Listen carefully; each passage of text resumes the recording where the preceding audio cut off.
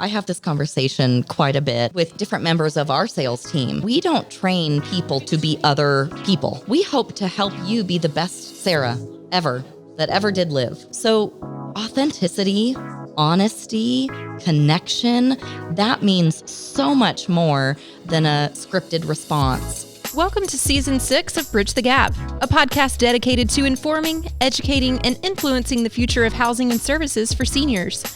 Powered by sponsors AccuShield, Align, Hamilton Captel, Surface Master, Patriot Angels, The Bridge Group Construction, and Solinity, and produced by Solinity Marketing.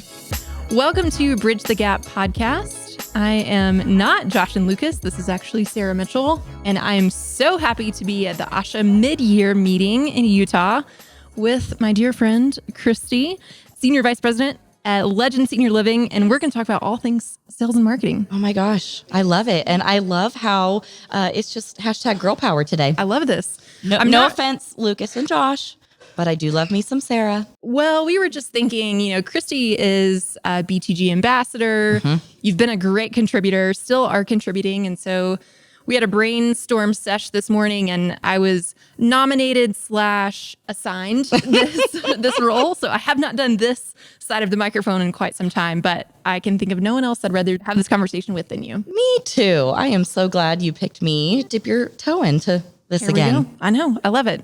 So right before this, we were talking about a lot of different things that fall under this huge umbrella of sales and marketing. And I thought back to one of my personal favorite Contributor Wednesday shows that you had. And it actually was a very popular and one of the most popular contributor shows that you had. Yeah. And you talked specifically about, I'm going to put it under this bucket of influencer. Yes. How to leverage social media platforms with the knowledge, with the education, with the experiences that you have, sharing that, posting it online, and specifically for you, that's LinkedIn. Yes. So you are a LinkedIn influencer. We're so glad to have you on the BTG boat. But thank you. Let's dive in and talk about that, because I think both of us have a passion for obviously sales and marketing in senior living.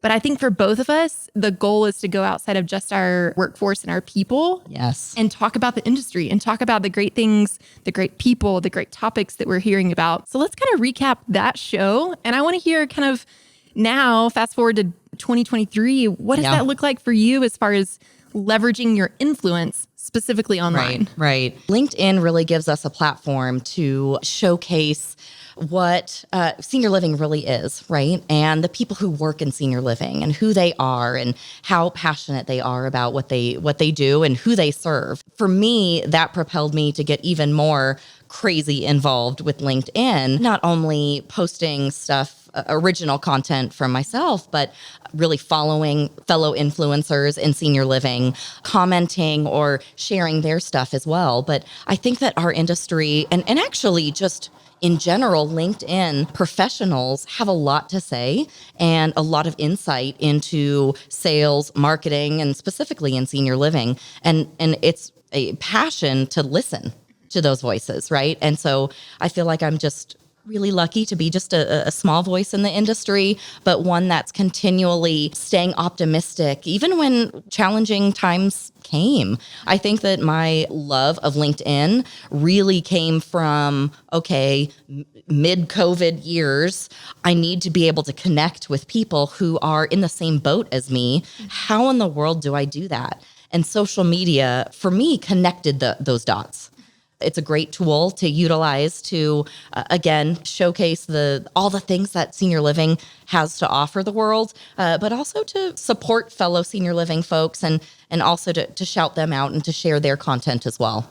I love that. At Solinity and Solinity Marketing, we talk often about the love stories of the industry. Oh, yes. And so when I put on my marketing hat and I'm trying to learn about communities and learn about brands and what is your community doing and what are your people doing, the people that make up communities, management companies, developers, all of these different players that are in the industry, how do we mine for that content so that as a marketing agency or your back office marketing team, how do we share the great things that are happening day in and day out of your community and really getting people to talk about that and think about, oh, did we take those resident photos? And maybe from your perspective, it's, oh, did you intentionally spotlight a team member or a community level staffer? And what does that look like with the strategy and really just the thinking about, okay, these things are happening all day long. Yes. So how do we encourage our team members, and specifically you, I think, when you put on your sales hat, when you're training those team members to mine for that content and really think outside of the box,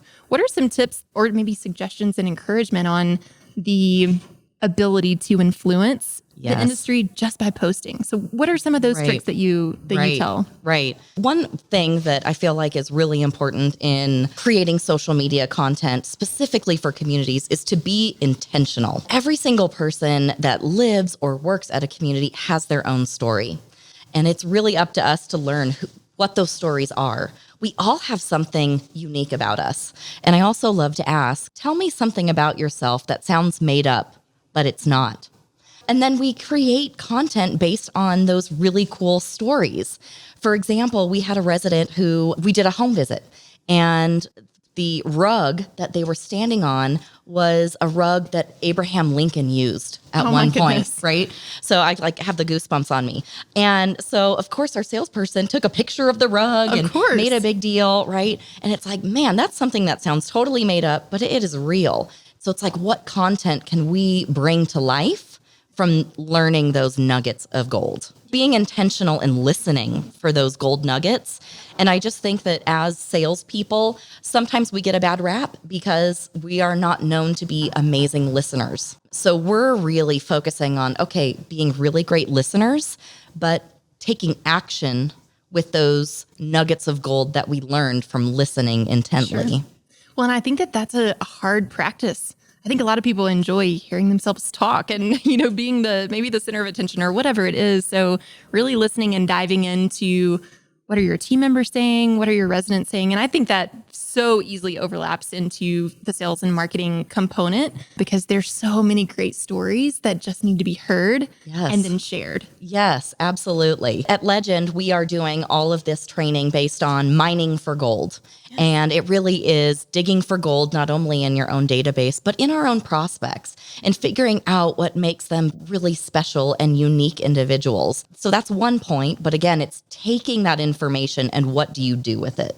It's being intentional on crafting stories based on their unique qualities and unique stories. But I think just being intentional, and then from a home office perspective, we ask for content. We ask, and I don't think a day goes by where we're not asking for more content or really cool pictures of something really awesome that we did. But we need to make sure that we stay top of mind when it comes to asking for that content. So let's flip this and let's talk to people that are here at ASHA, at conferences. You're a traveling boss lady. Roadshow. Yes, you are. And so what is that strategy for you? How do you remind yourself? And at what point does it just become natural, if it does, to where you think about this event at ASHA? Or what are the photos that you're going to recap to use your influence to tell about this week? What are some of those things? Okay, so it has become kind of natural. Okay. It just has. It's kind of part of who I am.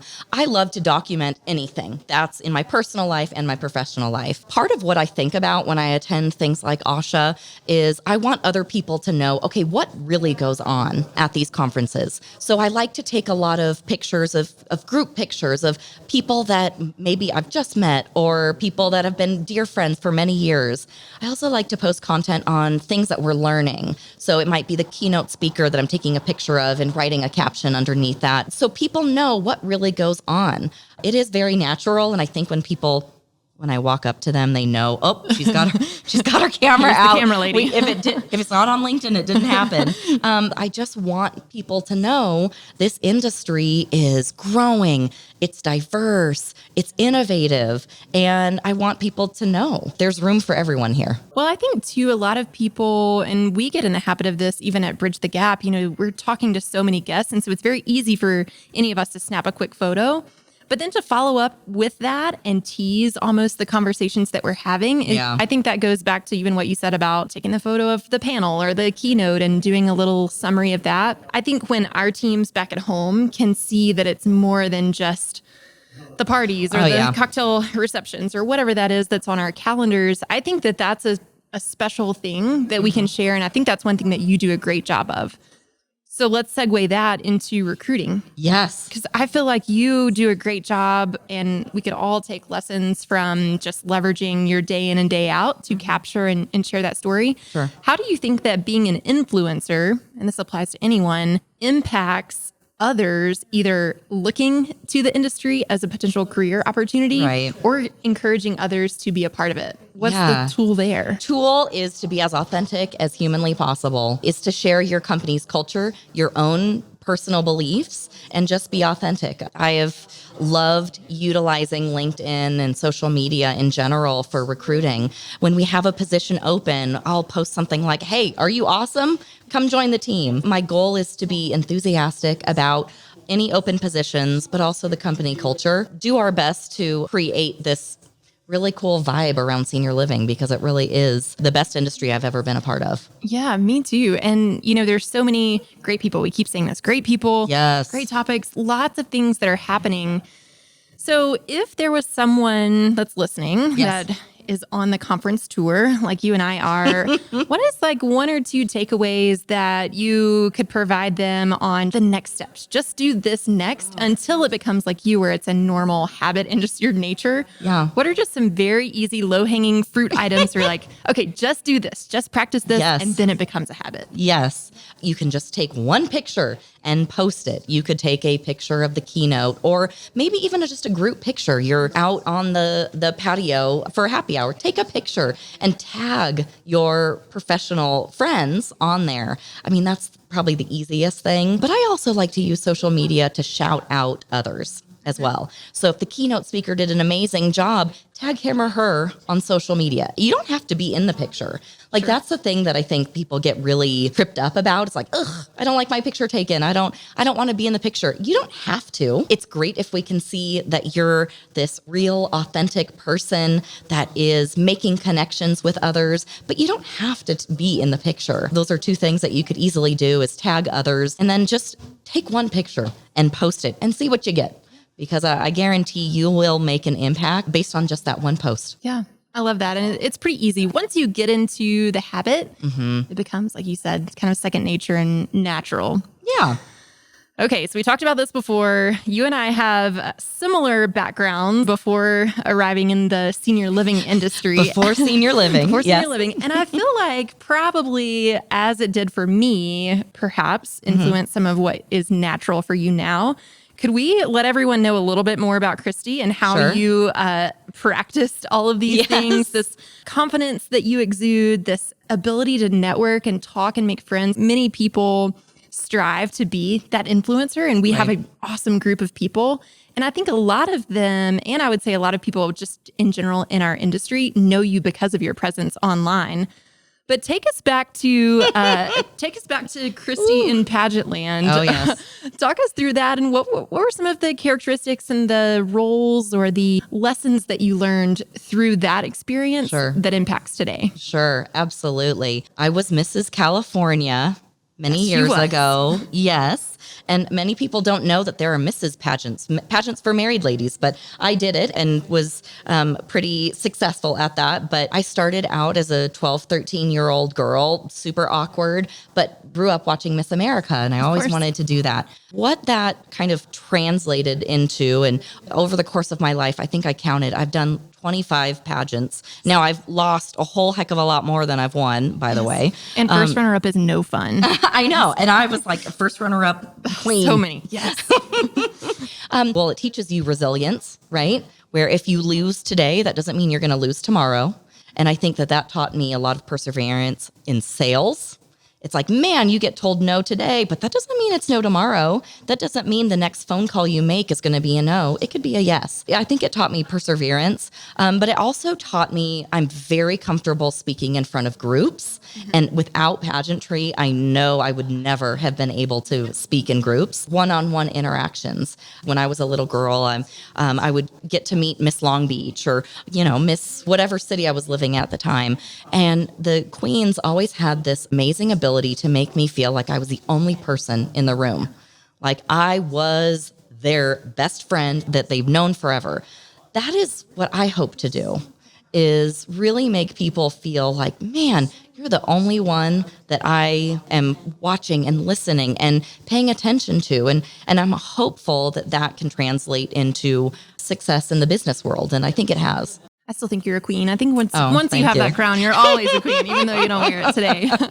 Thank you. So speak to the young influencer. There's so many platforms now with TikTok and Instagram and YouTube and so many opportunities to make a name for yourself. Yes. Talk to those people that are curious about senior living, that have perhaps a background in something else, but they're confident and they could so easily jump into a sales role or a marketing role or operations, or even on the vendor side, the provider side.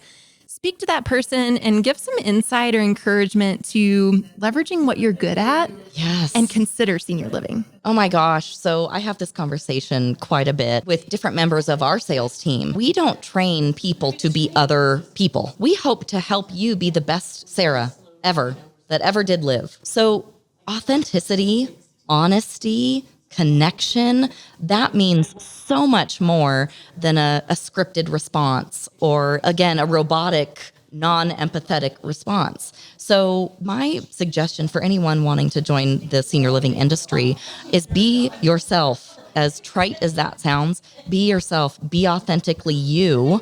And you know what? Don't just dip your toe into it. Just go full on, dive in head first, because there are people who are also wanting to be innovators. There are also people who want new blood into the senior living industry. I'm one of them. So call 1-800-CHRISTY. I'd love to chat with you. Yes. But actually, don't call that number. I have no idea what that is. I definitely want to be a part of what the next 30 years of senior living looks like. And we are just ripe for new innovators in this space. Calling all the queens and all of the influencers. There's a space for you in senior living. And there's so many opportunities. There's so many fabulous people that are here for mentorship and training and coaching. And as you said, just be you. Bring what you have to the table, right? And just find your spot. Yeah. Early on in my career, I thought I had to be someone who I wasn't, right? And I had to put my professional mask on. But to me, that doesn't create authentic relationships, especially in a sales role. So that is my biggest advice, is just be you, be authentic, be hungry, be ready to learn. I'm learning every single day. There is not a day that goes by that I think, oh, I knew that already. No way. We're all learning how this industry is going to continue to change and morph and innovate into the next 10, 20, 30 years. And I'm certainly glad to be a part of it. And I'm glad you are too. This has been so fun. Yes. I'm so glad that Josh and Lucas allowed us to take over their spot here. This has been so fun. I know. I love it. Well, we'll get Josh and Lucas back on headphones and microphones here. We have a full afternoon of podcasting in ASHA. It's beautiful in Utah. Yes, I've loved this conversation. Let's snap some photos. I think I have my takeaway. So just be me. Yep. Post the caption. We got to get a selfie. Yes, we do. We're going to post that on LinkedIn. So. Yes, we are. Everyone connect with Christy. She's fabulous. You're great to learn from. You're fun to follow and totally an influencer in this industry. So Thanks, glad Sara. that you're here. Yes. Thanks for listening to another great episode of Bridge the Gap. Thanks for listening to Bridge the Gap podcast with Josh and Lucas. Connect with the BTG Network team and use your voice to influence the industry by connecting with us at btgvoice.com.